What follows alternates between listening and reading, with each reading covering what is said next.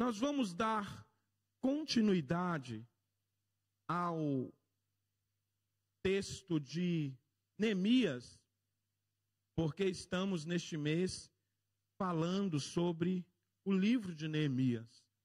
E eu queria te convidar a abrir o livro, a tua Bíblia, no livro de Neemias, e hoje nós começaremos a falar sobre a restauração interna e trazer também este texto para os nossos dias atuais e também trazer uma aplicação em cima deste texto a respeito da ceia do Senhor. Amém? Então, Neemias, capítulo 5, nós vamos ler os 19 versículos que estão aqui. E diz assim a palavra do Senhor. Pode colocar aí, filho? Neemias, capítulo 5. Eu estou lendo a versão eu vou ler a versão NVT. Que diz assim: por esse tempo, alguns homens e suas esposas fizeram um grande protesto contra seus irmãos judeus. Alguns deles diziam: nossas famílias são grandes, precisamos de mais alimentos para sobreviver.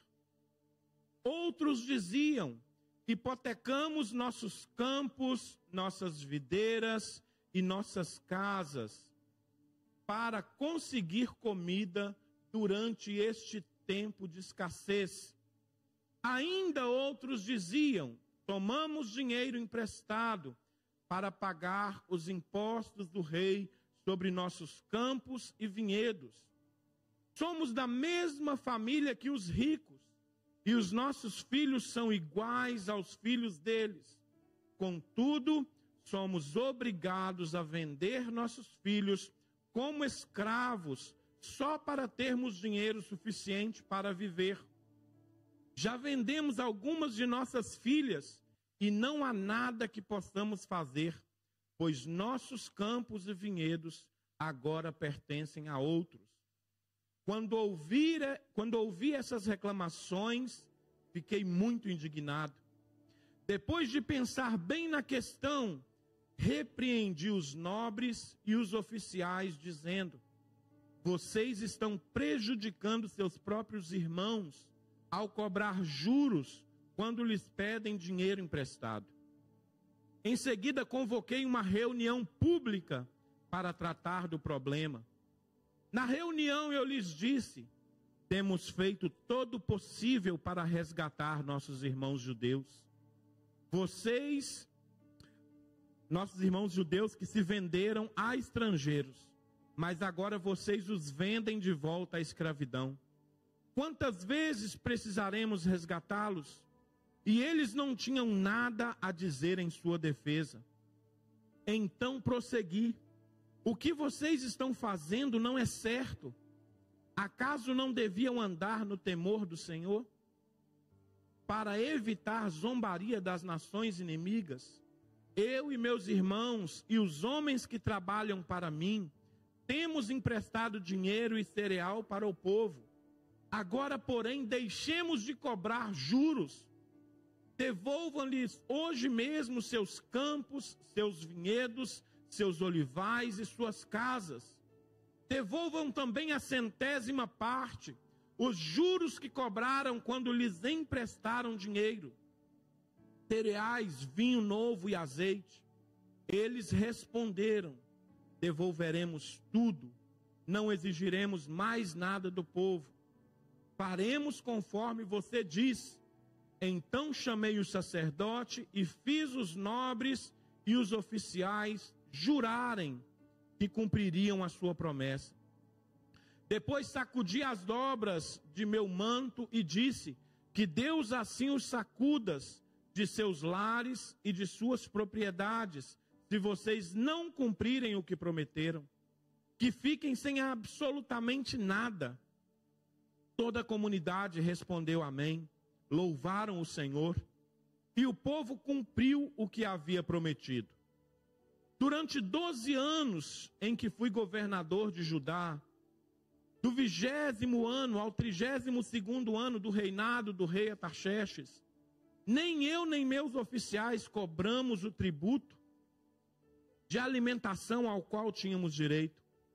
Os governadores anteriores, no entanto, haviam colocado cargas pesadas sobre o povo. Exigiam uma porção de alimento e de vinho, além de 40 peças de prata. Até mesmo os oficiais deles se aproveitavam do povo, mas por temor a Deus não agi dessa maneira. Dediquei-me ao trabalho no muro e não adquiri terras. Exigi que todos os meus servos também trabalhassem no muro.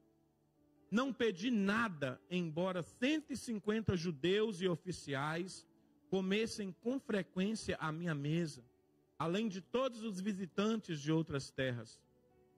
Os suprimentos pelos quais eu pagava todos os dias eram 1 boi, 6 das melhores ovelhas e muitas aves. Além disso, a cada 10 dias precisávamos de uma grande quantidade de vinho de todo tipo. E, no entanto, não cobrei tributo de alimentação a que o governador tinha direito, pois o trabalho que o povo realizava já representava uma carga pesada. Lembra-te, ó meu Deus, de tudo o que tenho feito por este povo e abençoa-me por isso. Vamos orar ao Senhor. Pai, nós te louvamos por essa noite e te agradecemos, Senhor, pela palavra que o Senhor tem trago neste altar. Que nessas 2 semanas nós temos aprendido, Senhor, sobre este livro, Pai, e temos aprendido como é importante, Deus, nós temos o temor do Senhor e sermos bons líderes, Senhor, em todas as áreas da nossa vida. Pai, fale conosco nessa noite, continue, Deus, ministrando no nosso coração e que nós possamos usar, Senhor, cada conselho aqui obtido, Senhor, nessa palavra, para a nossa vida, para os nossos dias atuais, no nome de Jesus. Amém. Glória a Deus, queridos.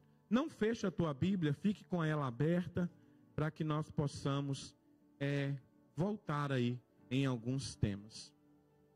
É claro que está sendo uma sequência de ministrações acerca do livro de Neemias. E as 2 últimas semanas foi dito sobre a construção do muro. Foi dito sobre quando Neemias ouviu de seus irmãos o que estava acontecendo em Judá. E o coração de Neemias se entristeceu e ele então foi buscar a orientação de Deus. Ele foi orar ao Senhor e jejuou e orou ao Senhor. E em um determinado tempo, ele chega na presença do rei Artaxerxes, cabisbaixo, triste, e o rei pergunta: o que está acontecendo com você? E ele diz ao rei: como poderia eu estar alegre se a cidade dos meus pais está em ruínas? Porque ele ouvira dos seus irmãos que tudo estava mal. Então o rei fala com Neemias: o que eu posso fazer por você? E ele já alcançou o favor de Deus e agora alcança o favor do rei.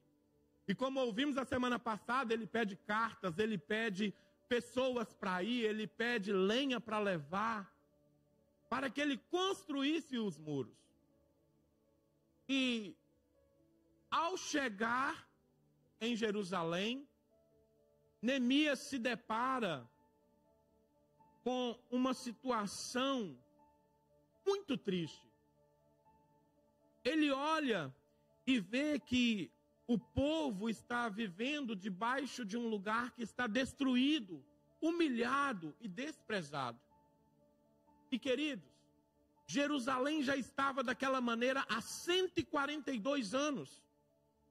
142 anos o povo vivendo naquela situação. E Neemias então avalia tudo aquilo. Ele chega na cidade e não fala nada para ninguém. Ele olha tudo o que está acontecendo. Então ele avalia que os muros precisam ser levantados, as portas precisam ser levantadas. E dentro dessa construção, no período dessa construção, ele enfrenta opressão, oposição, palavra de desânimo, perigo e distrações. Mas quando nós temos a certeza do que nós vamos fazer, quando nós temos a certeza do que nos foi ordenado a fazer, seja o que for, nós não desistimos. Você já passou por isso? Quando você tem que fazer algo e as pessoas dizem, não, isso não vai dar certo. Já falaram isso para você? Não vai dar certo. Mas você sabe que você precisa fazer. Você não depende da opinião das pessoas, porque existe uma palavra sobre a tua vida. Então Neemias não desiste. Mas deixa eu dizer algo para vocês aqui, e vamos entrar no texto de hoje. Deus já havia falado com o povo em 1 Samuel o que aconteceria com eles se eles quisessem um rei. Está lá em 1 Samuel capítulo 8, vocês podem colocar aí. Capítulo 8, verso 4. A partir do verso 4. Deus vai dizer assim, que o povo chega diante de Samuel e fala assim, você colocou os seus filhos para nos governarem, mas os seus filhos não estão agindo corretamente. Então nós queremos pedir um rei, nos dê um rei. E então Samuel vai consultar ao Senhor. 1 Samuel capítulo 8. Há algo muito importante aqui. 1 Samuel capítulo 8, verso 4. A partir do verso 4 diz, por fim as autoridades de Israel se reuniram em Ramá para discutir essa questão com Samuel. Eles disseram, olhe, o Senhor está idoso e seus filhos não seguem seu exemplo.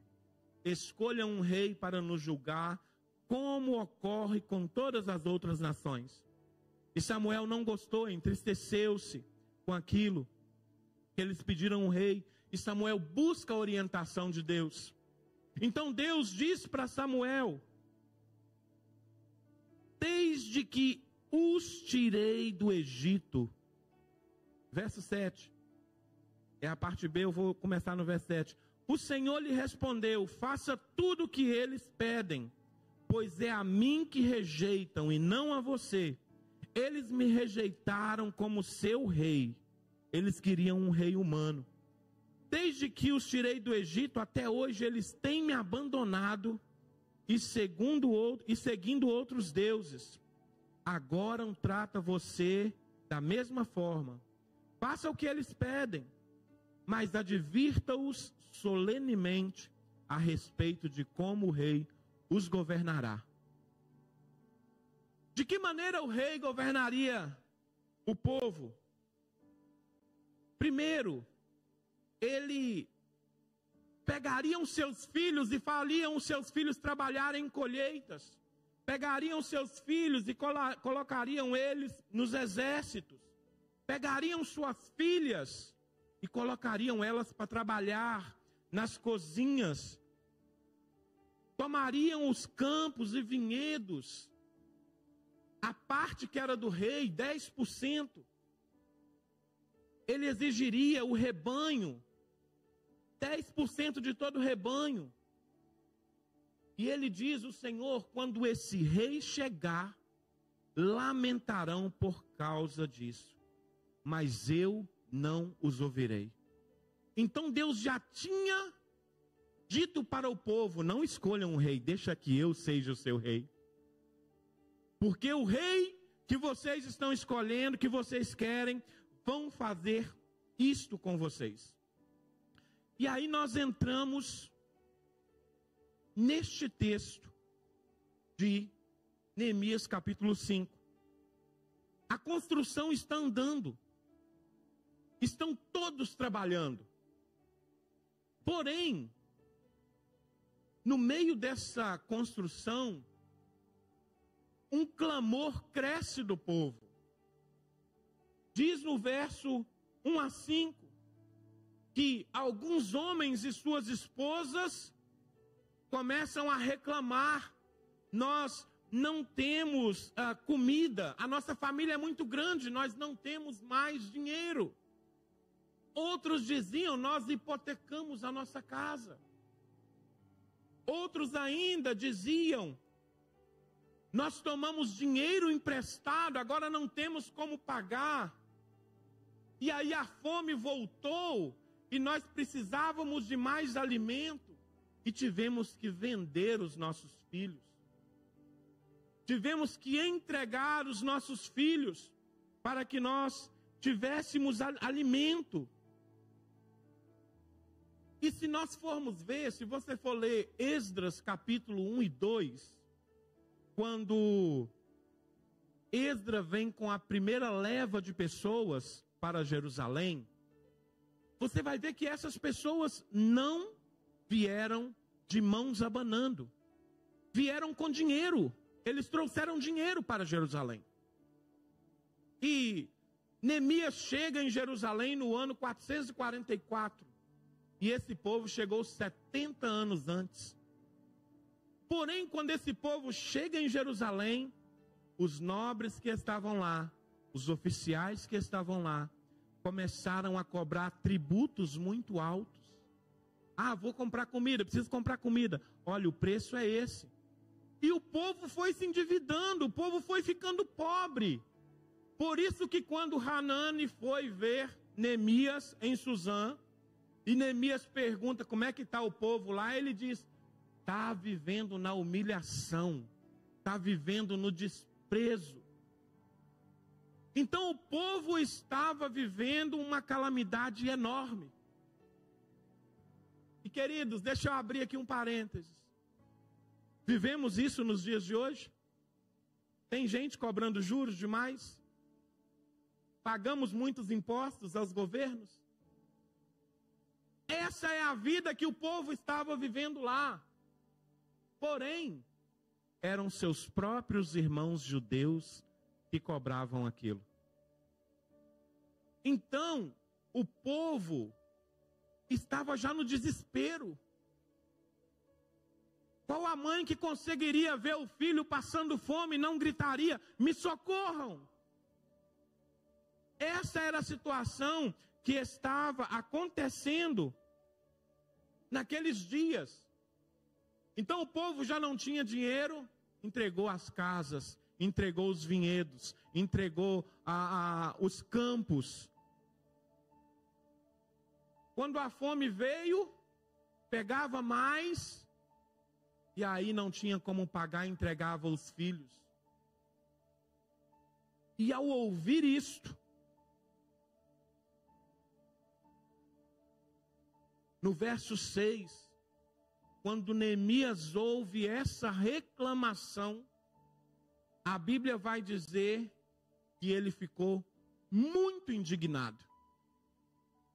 Lembra que quando Hanani falou para Neemias como estava a situação, o coração dele se entristeceu. Agora ele está no meio da situação. E o coração dele agora está indignado com o que ele está vendo. Porque ele não aceita, ele não concorda que um irmão prejudique o outro irmão. Então no verso 6 ele diz: quando ouvi essas reclamações, fiquei muito indignado. Depois de pensar bem nesta questão, olhe que Neemias não foi lá. A gente tem o costume de ouvir uma coisa que não nos agrada, os sanguíneos quer logo matar. Os sanguíneos quer logo: eu vou resolver essa situação, é agora. Não vou aceitar isso, né? Não vou aceitar que façam isso comigo. Mas Neemias novamente age com prudência. Ele diz: depois de pensar bem na questão, eu repreendi os nobres. Então ele se indignou, ele pensou no que iria dizer, e então ele repreendeu os oficiais. todos aqueles que arrancavam dinheiro. Todos aqueles que estavam arrancando a lã do povo junto e a pele vinha junto. Ele diz: vocês estão prejudicando seus próprios irmãos ao cobrar juros quando lhes pedem dinheiro emprestado. Algumas versões diz assim: vocês estão agindo com usura. Vocês sabem o que é usura? Alguém sabe? Usura é quando eu aproveito da desgraça do outro para ele ficar pior ainda. O sujeito já não tem o que comer e tem a filha, a única filha. E aí ele chega: tá bem, eu te dou a comida, eu te dou o fardo de cereal, eu te dou o vinho novo, porém a sua filha vai ser minha escrava. Imagine o coração de um pai, de uma mãe, que não pode dar o de comer para os filhos. E acima disso tem que entregar os filhos para que não morram. Então Neemias encara todos e diz: vocês estão agindo mal. Vocês não podem fazer isso. Mas olha aqui, Neemias foi lá e falou com eles isso. E o que dá a entender é que eles não escutaram Neemias. Tipo assim, é só você que está falando. E o texto continua dizendo: em seguida, eu convoquei uma reunião pública para tratar o problema. Uma coisa é eu chamar a atenção de alguém: você está errado, você está errado. E você pode dizer assim: estou nem aí para você. Mas quando eu convoco uma reunião onde todos pensam como a mim, isso sim faz com que a outra pessoa olhe e fale: peraí, que agora são muitos contra mim. Agora não é só o Neemias, agora o povo todo está falando a mesma coisa, que nós somos infiéis, usurários. Nós estamos abusando do povo, e agora não tem como a gente escapar dessa. E aí ele diz, verso 8, na reunião eu lhes disse: nós temos feito de tudo, todo o possível para resgatar nossos irmãos judeus que se venderam a estrangeiros, mas agora vocês o vendem de volta à escravidão. Quantas vezes precisaremos resgatá-los? Queridos, era normal entre o povo judeu que a pessoa se vendesse para outro irmão para poder trabalhar para ele. Mas existia um tempo específico. A pessoa se vendia, porém no 7º ano a pessoa tinha que ser liberta. Da mesma forma as terras. A pessoa hipotecava as terras, porém 50 anos depois a terra tinha que voltar para a família. E esses oficiais e nobres não estavam fazendo isso. Os judeus se vendiam a estrangeiros por causa do desprezo, da humilhação e da escassez que eles estavam passando. Então o pensamento era: eu vou me vender porque lá eu tenho comida, eu vou trabalhar e pronto. Então Neemias começa a resgatar o povo, mas agora quem está fazendo de seus irmãos escravos são os próprios judeus. É o próprio povo. E isso é inaceitável. Por exemplo, não seria aceitável que nós, irmãos aqui, soubéssemos que, olha, tem um irmão aqui dentro que é agiota e o bicho é terrível. O irmão, ele está cobrando 25% no mês. Isso não seria aceitável. Aproveitar da escassez, da humilhação que a pessoa está passando. Então, Neemias coloca essa questão: nós estamos resgatando e vocês estão fazendo deles escravos de novo. E eles não tinham nada a dizer em sua defesa. E é o que eu disse: quando nós colocamos a pessoa diante de outros que estão pensando do mesmo jeito, ela não tem nada em sua defesa para falar quando ela está errada. Ele simplesmente se cala. Então Neemias coloca isso diante do povo. E ele diz: então prossegui. O que vocês estão fazendo não é certo. Acaso não deviam andar no temor do nosso Deus? Aqui está algo muito importante. O que estava acontecendo dentro de Jerusalém era que os oficiais, os nobres, não tinham temor do Senhor. Tô nem aí.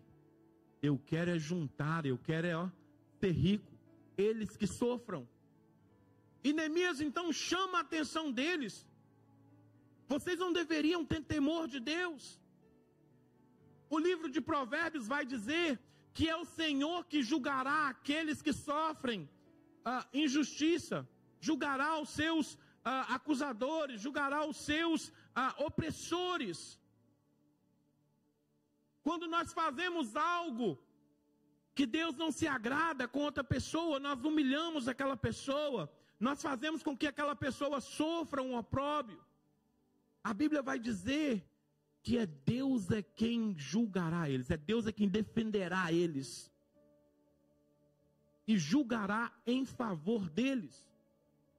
Então Neemias diz: vocês deveriam andar no temor de Deus. E por que eles deveriam andar no temor de Deus? A nação de Israel era conhecida como uma nação que tinha um Deus e tem um Deus poderoso. Agindo dessa forma, fazendo isso com seus irmãos, escravizando seus irmãos, eles iriam dizer: que Deus é esse que eles servem? Que eles maltratam os próprios irmãos? As nações inimigas zombariam do povo de Deus. E então Neemias começa a dizer de que maneira eles precisariam andar. Não basta simplesmente eu chamar a atenção, não basta simplesmente eu dizer que estão errados, mas eu preciso ser um testemunho diante deles. Porque Neemias voltou para Jerusalém com o coração determinado a fazer algo para Deus. Então ele tinha que ser uma testemunha diante do povo. Então ele diz no verso 10: eu e os meus irmãos e os homens que trabalham para mim temos emprestado dinheiro e cereal para o povo. Ponto. Nós temos emprestado. Nós não temos cobrado os impostos. Porque todos estão trabalhando. Por que que uns têm que ficar sem comer? Por que que uns têm que vender tudo que têm? E vocês têm tudo. Isso não está certo. E ele continua: agora, porém, deixemos de cobrar impostos. Queridos, eu vejo uma coragem enorme em Neemias. Porque veja que ele chega em Jerusalém e ele encara os graúdos frente a frente. Ele encara o povo que estava roubando. E nos nossos dias nós precisamos ter pessoas de coragem que falem: você está errado, nós não aceitamos isso, eu não aceito isso, você está errado. A palavra de Deus diz ao contrário de tudo isso que você está fazendo. E ele diz então: vocês precisam de parar de cobrar juros.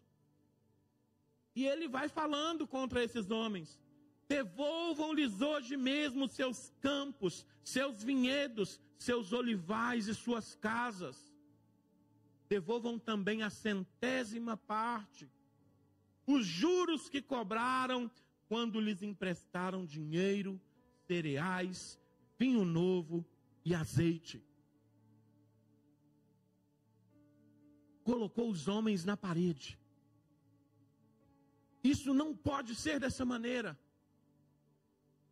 Vocês precisam devolver tudo. O povo não pode sofrer. Nós estamos aqui trabalhando na reconstrução, na restauração destes muros, para fazer deste lugar o lugar que ele sempre foi, a habitação de Deus. O templo já tinha sido levantado. Então os nobres respondem no verso 13.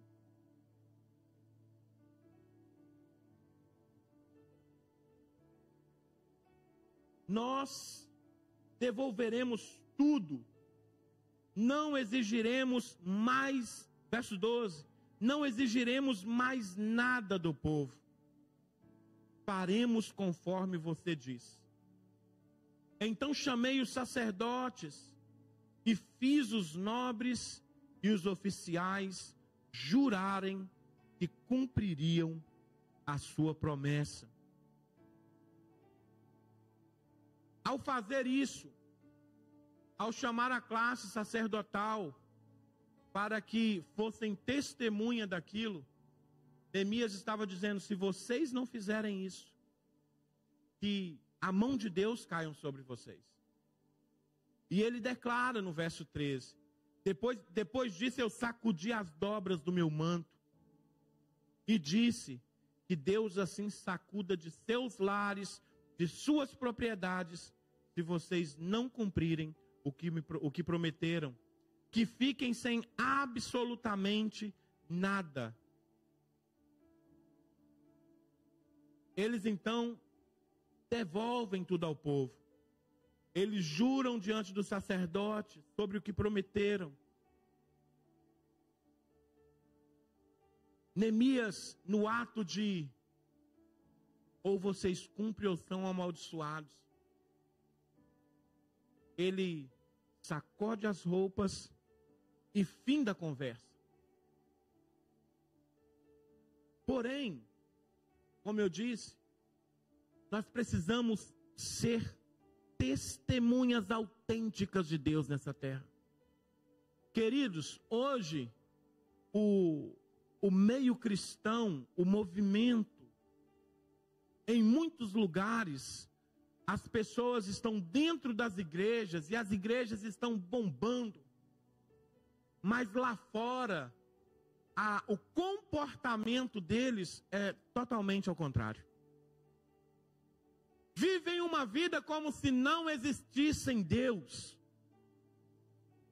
E agora que os muros estão praticamente construídos, Neemias vê esta situação, essa degradação moral.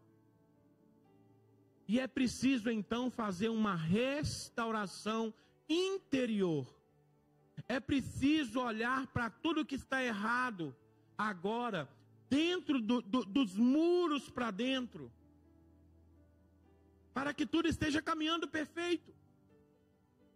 Não é somente ter uns muros maravilhosos à volta, sem brechas, mas dentro dos muros está tudo corrompido. Quem está dentro dos muros precisa andar no temor do Senhor.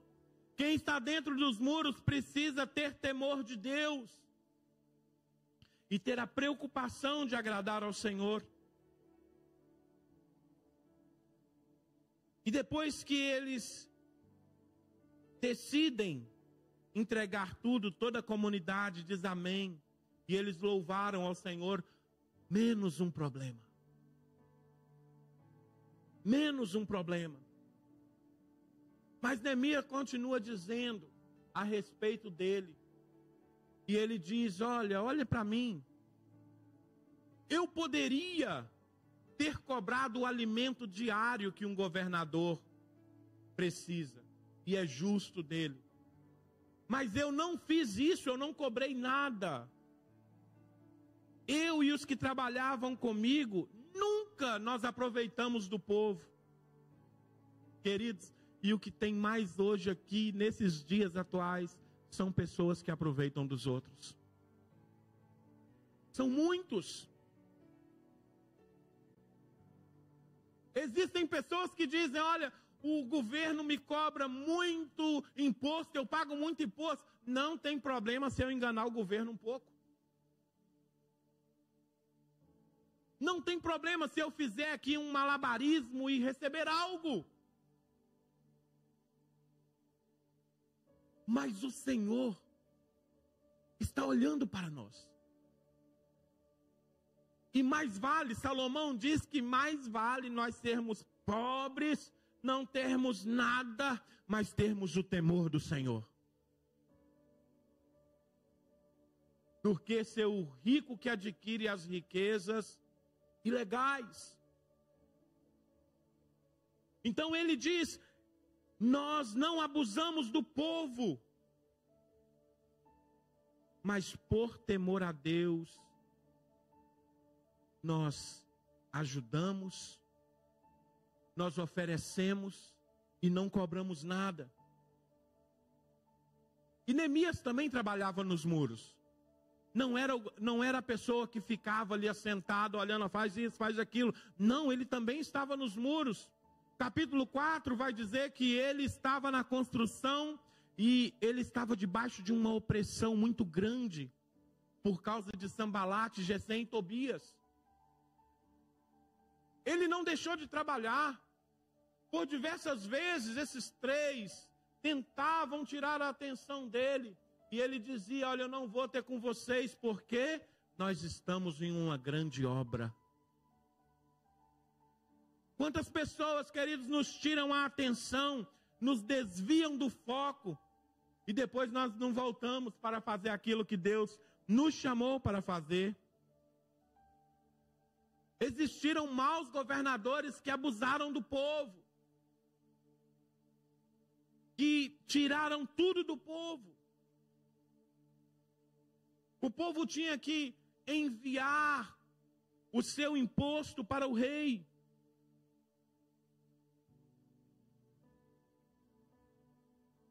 Neemias, então, diz ao povo tudo aquilo que ele entregava todos os dias. Pensa, falar com a minha esposa, você imagina 150 pessoas comendo na nossa mesa todo dia. Você ia mandar eu embora de casa, não ia? Neemias tinha 150 pessoas todos os dias na mesa dele. Porque ele dizia, o povo já está trabalhando demais. Não é justo que eu cobre do povo. Nós viemos aqui fazer um trabalho, e o trabalho precisa ser feito. E quanto mais leve for, mais rápido o trabalho vai terminar. E então ele agradece ao Senhor, no verso 19. Ele diz, lembra-te, ó meu Deus, de tudo que eu tenho feito por este povo. E abençoa-me por isso. Querido, quando nós fazemos alguém para Deus e por causa do Senhor, não é pecado você dizer, Senhor, me abençoa aí porque eu estou precisando. Como diz em Isaías 62, não dê sossego a Deus enquanto Ele não responder a tua oração. Há pessoas que dizem, mas eu já orei, eu entreguei tudo a Deus. Isaías vai dizer, não dê sossego. Se isso que você está pedindo está no coração de Deus, não dê sossego para Ele, até que Ele te responda.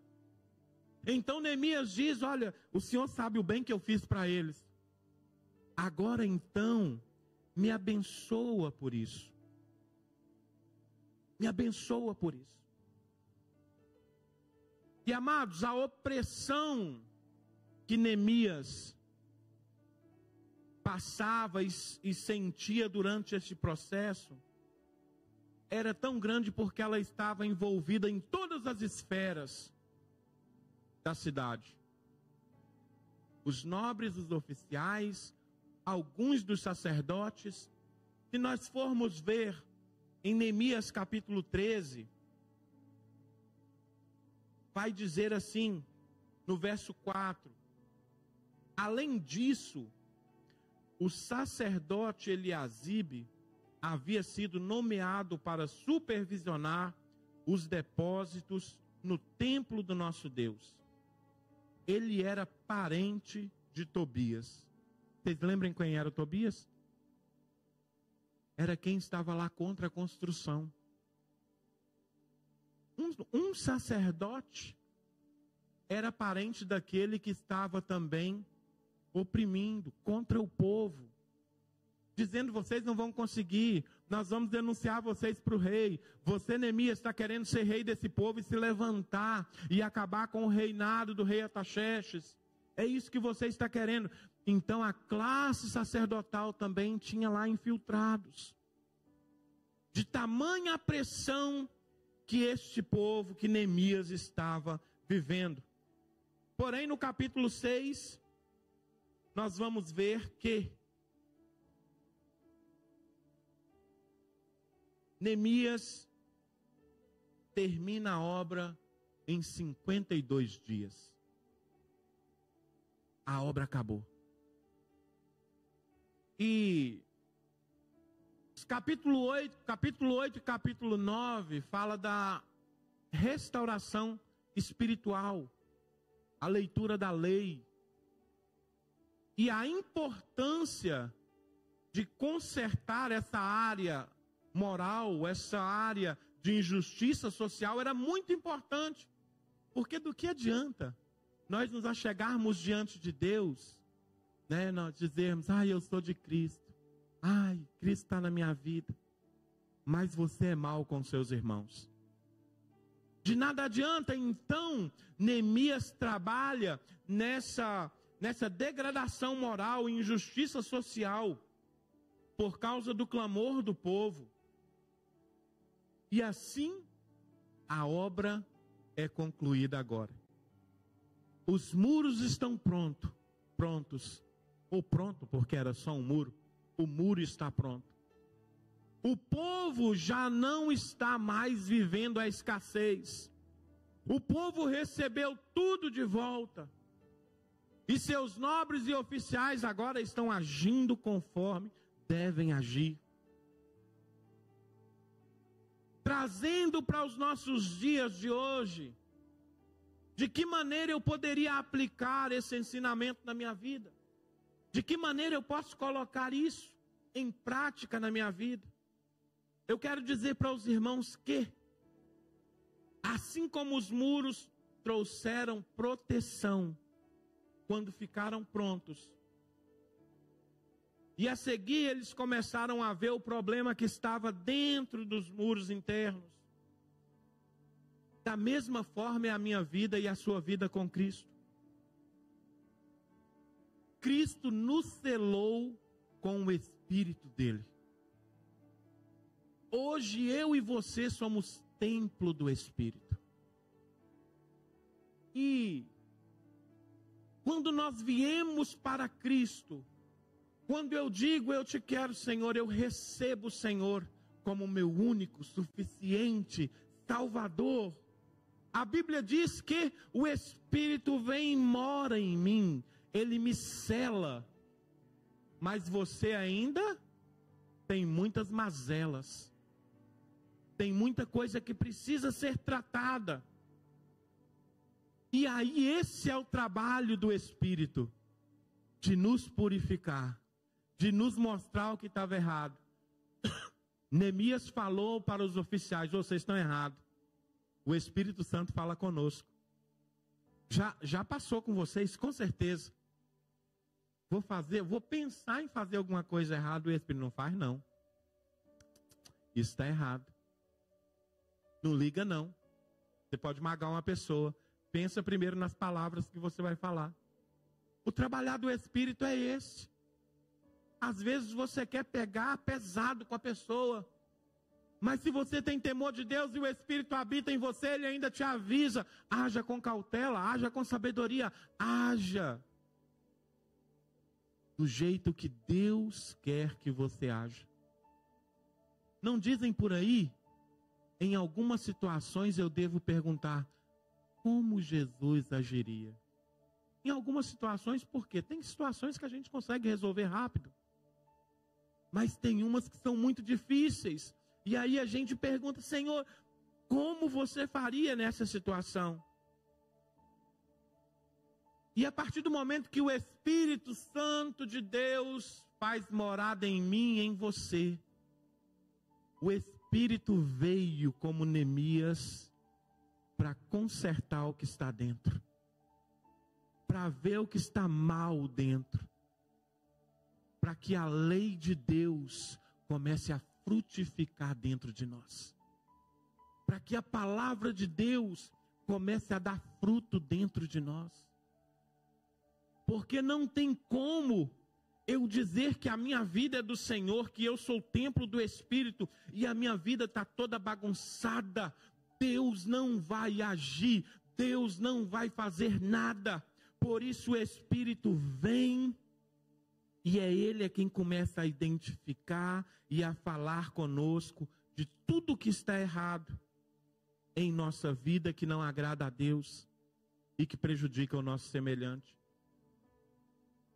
Queridos, relacionar com pessoas é a coisa mais complicada que existe na face da terra. Mas quando o meu coração, o seu coração está no Senhor, eu olho para você, e eu já não vejo somente você, mas eu vejo alguém que está lutando como eu para agradar a Deus. E esse é que tem que ser o nosso caminhar. Não é assim? É isso que nós devemos buscar. E eu concluo dizendo, assim como Neemias trabalhou no resgate de muitos judeus, Deus enviou o seu único filho para resgatar toda a humanidade. Jesus me resgatou. Jesus te resgatou. Agora eu e você precisamos trabalhar para que muitas vidas reconheçam esse resgate. Para que muitas vidas reconheçam essa tão grande salvação de Cristo Jesus. Que é o que diz lá em João, capítulo 1, verso 12. O Senhor vai dizer assim: mas a todos quantos creram nele e o aceitaram, ele deu o direito de se tornarem filhos de Deus. Eu e você somos filhos de Deus. Agora andemos nós no temor do Senhor.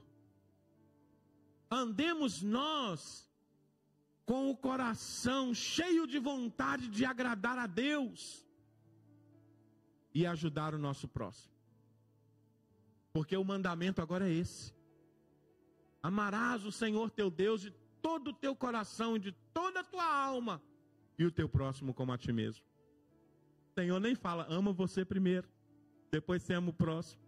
É para amar a Deus e depois o próximo. Então que nessa noite o teu coração esteja inclinado para isso. O Espírito Santo de Deus mora em você, mora dentro dessa muralha, dentro deste templo aí agora. Então você começa a dizer: Senhor, o que está errado na minha vida que não te agrada? Espírito, fala comigo o que está errado, porque eu quero servir ao Senhor no temor de Deus. Amém? Vamos ficar de pé.